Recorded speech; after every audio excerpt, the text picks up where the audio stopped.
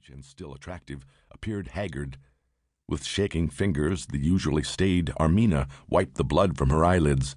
Across the confining walkway in the bunks above Tovey and Cecilia sat the two youngest and most self-possessed sisters. Ragged scratches marred the flawless skin of Sister Nicky's cheeks. Strands of her blonde hair stuck to the tears, sweat, and blood on her face. Sister Marissa, equally beautiful, clutched a blanket to her naked breast, not in modesty, but in shuddering dread. Her long, dark hair was a tangled mat. The others were older, and adeptly wielded power tempered in the forge of experience, but both Nicky and Marissa were possessed of rare, innate, dark talents, a deft touch that no amount of experience could invoke. Astute beyond their years, neither was beguiled by Cecilia or Tovey's kindly smiles or gentle affectations. Though young and self-assured, they both knew that Cecilia, Tovey, Armina, and especially Ulyssia herself were capable of taking them both apart piece by piece if they so chose. Still, that did not diminish their mastery. In their own right, they were two of the most formidable women ever to have drawn breath.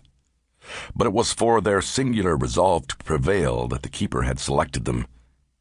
Seeing these women she knew so well in such a state was unnerving, but it was the sight of Marissa's unbridled terror that really shook Ulyssia.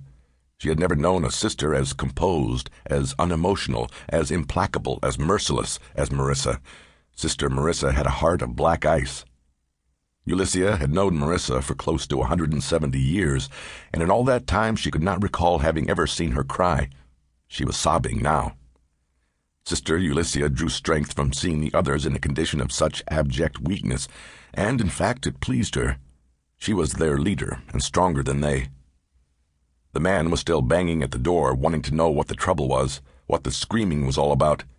She unleashed her anger toward the door. "Leave us! If you are needed, you'll be summoned." The sailor's muffled curses faded away as he retreated down the passageway. The only sound, other than the creak of timbers as the ship yawed when struck abeam by a heavy sea, was the sobbing. "Stop your sniveling, Marissa," Ulyssia snapped.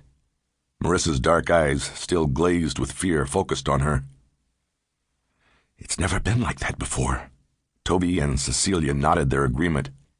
"I've done his bidding. Why has he done this? I have not failed him."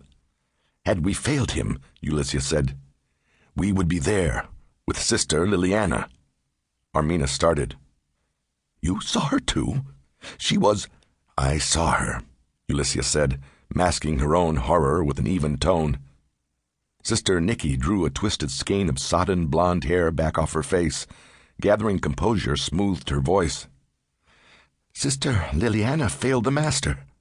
Sister Marissa, the glaze in her eyes ebbing, flashed a look of cool disdain. "She is paying the price of failure." The crisp edge in her own tone thickened like winter's frost on a window. "Forever."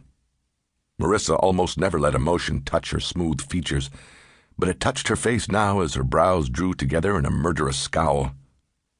"She countermanded your orders, Sister Ulyssia, and the keeper's. She ruined our plans. This is her fault." Liliana had indeed failed the keeper. They wouldn't all be on this cursed ship if it weren't for Sister Liliana. Ulyssia's face heated at the thought of that woman's arrogance. Liliana had thought to have the glory to herself. She had gotten what she deserved. Even so, Ulyssia swallowed at the memory of having seen Liliana's torment, and didn't even notice the pain of her raw throat this time. "But what of us?" Cecilia asked. Her smile returned, apologetic rather than merry. "Must we do as this man says?" Ulyssia wiped a hand across her face. They had no time to hesitate if this was real, if what she had seen had really happened. It must be nothing more than a simple nightmare. No one but the keeper had ever before come to her in the dream that was not a dream. Yes, it had to be just a nightmare. Ulyssia watched a roach crawl into the chamber pot. Her gaze suddenly rose. "This man? You did not see the keeper? You saw a man?" Cecilia quailed. "Jagang." Tovey raised her hand toward her lips to kiss her ring finger, an ancient gesture beseeching the Creator's protection. It was an old habit, begun the first morning of a novice's training. Each of them had learned to do it every morning without fail upon arising and in times of tribulation. Tovey